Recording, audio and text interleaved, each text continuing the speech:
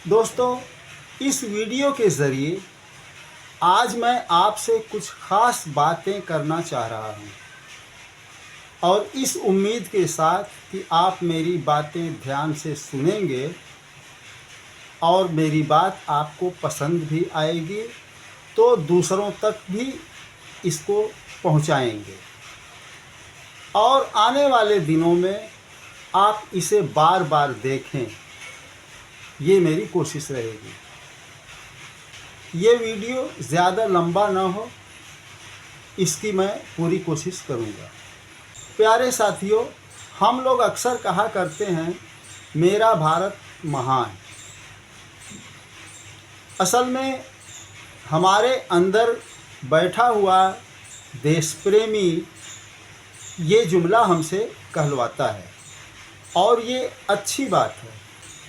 ये इंसानी फितरत भी है कि दुनिया का हर शख्स अपने देश को मोहब्बत करता है और उसको अपना देश दुनिया के हर देशों से प्यारा लगता है। गोबी के मरुस्थल में रहने वाले लोग हों या -डिग्री वाले टुंड्रा प्रदेश में बर्फ़ के टुकड़ों का घर बनाकर रहने वाले लोग हों, अपना वतन सबको अजीज़ लगता है। जहाँ तक सवाल है मेरा भारत महान के स्लोगन का, तो ये स्लोगन बहुत पुराना भी नहीं है और बिल्कुल नया भी नहीं है। मुझे जहाँ तक याद है स्वतंत्रता का 40वां साल था, 1987 का दौर था और राजीव गांधी देश के प्रधानमंत्री थे। उन्हीं के द्वारा ये स्लोगन दिया गया था और भारतीय डाक विभाग ने इसको काफ़ी प्रचारित किया गया था।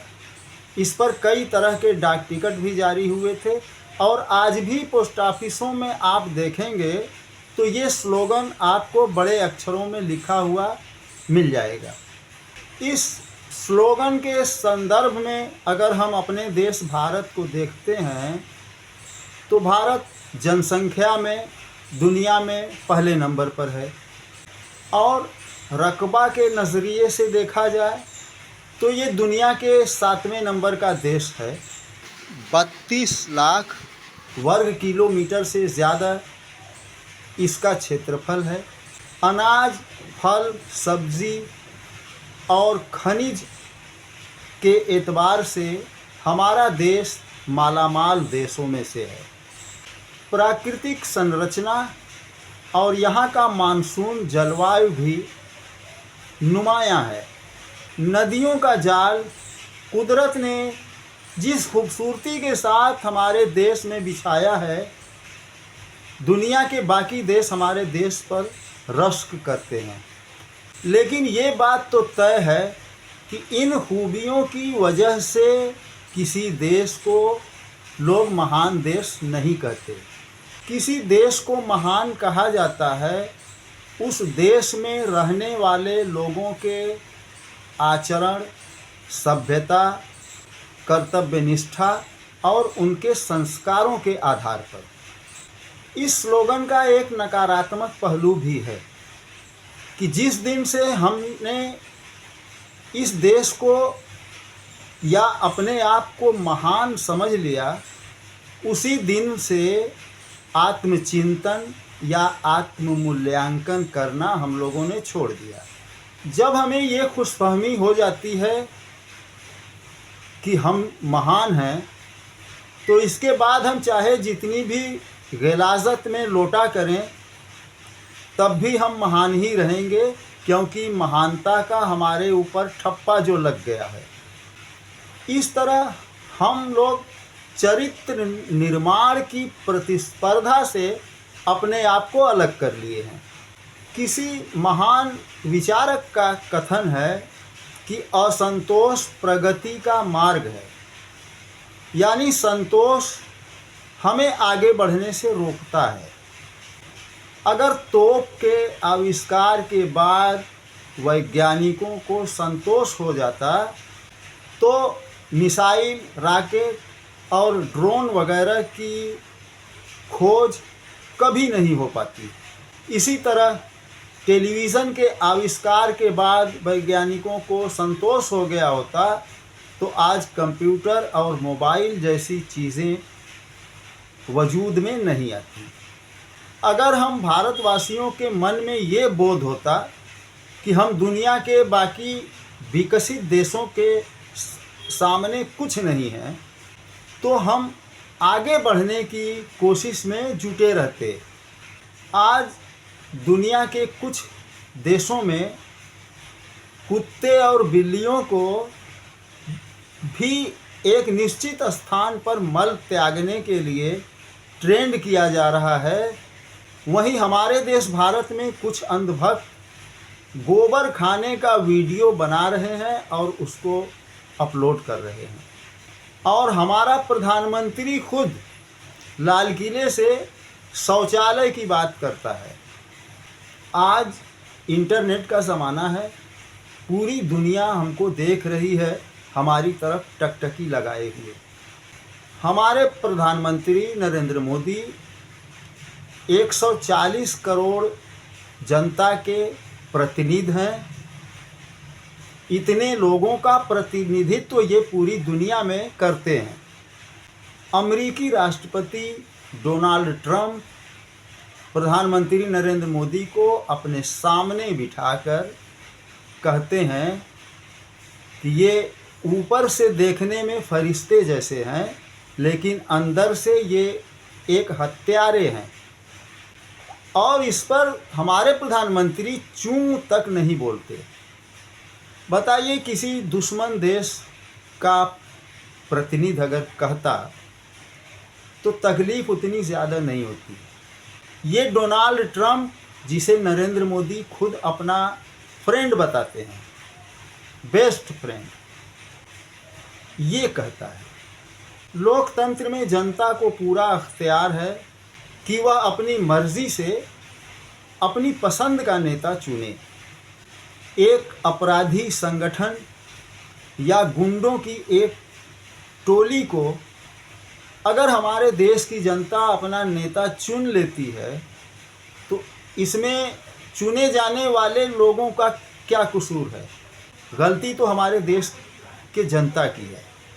हमारे महान देश की राजधानी दिल्ली के बारे में डोनाल्ड ट्रंप कहते हैं कि ये रेप कैपिटल है और अपने देश की जनता को भारत आने से मना करते हैं और कहते हैं कि कोई अपने रिस्क पर अगर जाना चाहता है तभी जाए। यानी इसमें अमेरिकी सरकार की कोई जिम्मेदारी या जवाबदेही नहीं होगी। ये हमारे लिए शर्म से ज़्यादा चिंतन की बात है।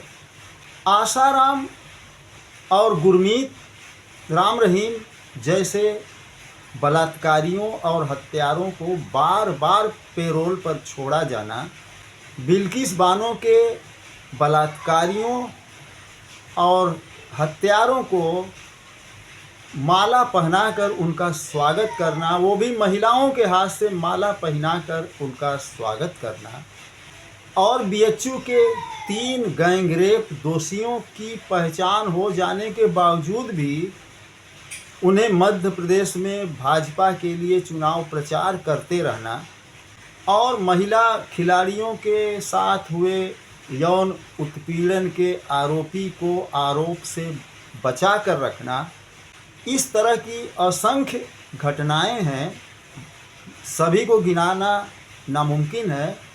क्या हमें सोचने पर मजबूर नहीं करता कि बलात्कार जैसे घृणित और संगीन अपराध को अघोषित तौर पर हमारी सरकारें कहीं सामाजिक मान्यता तो नहीं प्रदान कर रही हैं? प्यारे दोस्तों, हमारे सत्ताधारी बातें बड़ी बड़ी करते हैं और इनके करतूत देख लीजिए। बातें आसमान में नई ऊंचाई तय करने की करते हैं, जबकि इनके पैर सांप्रदायिकता, हत्या, नरसंहार और विघटन के दलदल में घुटने तक धंसा हुआ है। दोहरे चरित्र, जिसको कुछ लोग दोगलापन भी कहते हैं, इसकी एक बहुत लंबी गाथा है।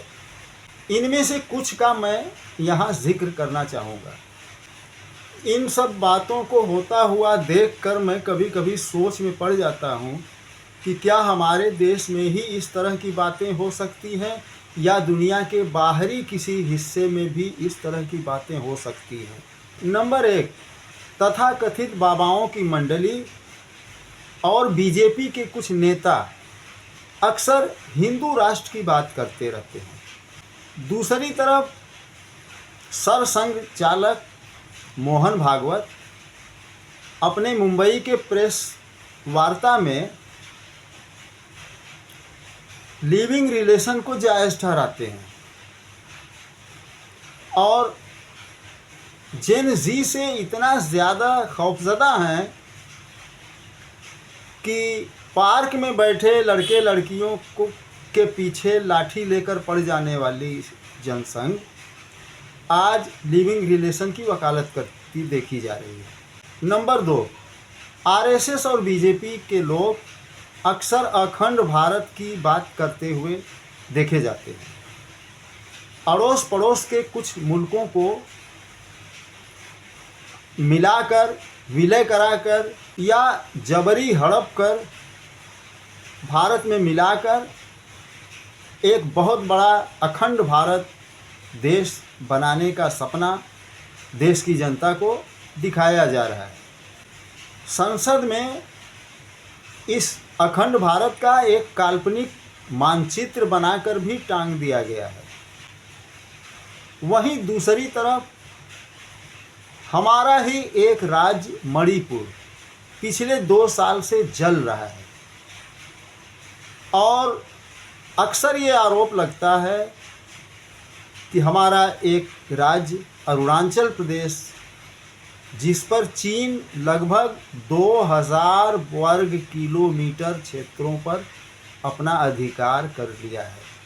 नंबर 3, भारत के सबसे बड़े राज्य उत्तर प्रदेश के मुख्यमंत्री योगी आदित्यनाथ के द्वारा एक नारा दिया गया था कि बंटोगे तो कटोगे, एक रहोगे तो सेफ रहोगे। जाहिर सी बात है, ये तमाम हिंदुओं को एकजुट होकर रहने की बात कर रहे हैं। ये जातीय एकता से ऊपर उठकर धार्मिक एकता के आधार पर एकजुटता का ये पाठ पढ़ा रहे हैं। मगर दूसरी तरफ इनके खुद के करतूत क्या हैं, ज़रा देख लीजिए कि 2017 में ये मुख्यमंत्री चुने जाते हैं। इनको पूर्व हो चुके मुख्यमंत्री अखिलेश यादव का आवास इनको आवंटित किया जाता है। उस आवास में जाने से पहले उसको गंगा जल से धुलवाते हैं और उसका शुद्धिकरण कराते हैं, क्योंकि एक यादव परिवार के रहने मात्र से वो आवास अशुद्ध, अपवित्र यानी नापाक हो गया था। अभी हाल ही में योगी आदित्यनाथ ने अखिलेश यादव को छक्का बोल दिया था। इसके पलटवार में उन्होंने जो जवाब दिया कि हम तो बीवी बच्चों वाले लोग हैं, छक्के लोग शादी कहाँ करते हैं। यानी उनका सीधा पलटवार योगी आदित्यनाथ पर था कि योगी आदित्यनाथ चूँकि शादी नहीं किए हैं, ये ब्रह्मचर्य का जीवन व्यतीत कर रहे हैं, तो इन्हीं को उन्होंने छक्का बना दिया। नंबर 4, हिंदू महिलाओं को अक्सर 3-3 बच्चे पैदा करने का मशवरा दिया जाता है और ये 3-3 बच्चा पैदा करने का मशवरा वे लोग देते हैं जिन्होंने खुद अपनी शादी नहीं की। इसी तरह 3 तलाक पर सबसे ज़्यादा छाती पीटने वाला शख्स वो है जिसने खुद अपनी पत्नी को छोड़ रखा है। बताइए, ऐसा दुनिया में और कहीं हो सकता है भारत के अलावा? अभी हाल ही में मशहूर अभिनेता आमिर खान ने अपनी तीसरी शादी की है और वो महिला क्रिश्चियन है, लेकिन नाम से धोखा खाकर कुछ हिंदू संगठनों को ऐसा लगा कि ये महिला हिंदू है, इसलिए एक बाबा टाइप शख्स ने आमिर खान के कत्ल पर 5 करोड़ रुपए का इनाम रख देता है। इस पर होना क्या चाहिए था? अगर हमारी सरकारें संविधान और कानून की दुहाई देती फिरती हैं तो इस शख्स के खिलाफ स्वतः संज्ञान लेते हुए FIR होनी चाहिए थी, उसकी गिरफ्तारी होनी चाहिए थी और इस पर मुकदमा चलना चाहिए था और इस पर ED को छापा मारना चाहिए था। पता लगाना चाहिए था कि इस शख्स का आय का स्रोत क्या है। जो शख्स 5 करोड़ रुपए का इनाम किसी शख्स को मारने के लिए रख सकता है तो कम से कम 150 करोड़ रुपए का मालिक भी तो होगा। इसके आय के क्या स्रोत हैं? मैं समझता हूँ कि अपनी मेहनत के पैसे से अपना एक लंगोट भी नहीं खरीदता होगा ये शख्स जिसने 5 करोड़ रुपए का इनाम रख दिया। नंबर 6, हमारे प्रधानमंत्री नरेंद्र मोदी अक्सर महिला वंदन की बात किया करते हैं, मगर इनके चरित्र को देखा जाए तो कितना गंदा चरित्र इनका है। ये कितने गंदे लोग हैं, ये कितने गलीज लोग हैं। सोनिया गांधी और राहुल गांधी को दी गई गालियों से आप अच्छी तरह अंदाज़ा लगा सकते हैं। एक महिला नेत्री जिसकी सास देश के लिए शहीद हो जाती है, जिसका पति भरी जवानी में शहीद हो जाता है, वह महिला इस देश की होकर रह जाती है। सोनिया गांधी राजीव गांधी की हत्या के बाद राजनीति से तौबा कर लेती हैं, राजनीति में कभी न आने का फैसला कर लेती हैं। यहाँ तक कहती हैं कि हमारे बच्चे भीख भी मांग लेंगे तो हमको कबूल है, लेकिन मैं राजनीति में नहीं आऊँगी। लेकिन पार्टी के लोग उनके ऊपर इतना दबाव बनाते हैं, अपनी टोपी उनके कदमों पर रखकर दबाव बनाकर उनको राजनीति में लाते हैं। सोनिया गांधी बड़ी कद्दावर नेता साबित होती हैं और किसी ज़माने में कांग्रेस की आला कमान भी थी। बावजूद इसके उन्होंने अपने किसी भाषण या वक्तव्य में शालीनता की मर्यादा नहीं लांघी।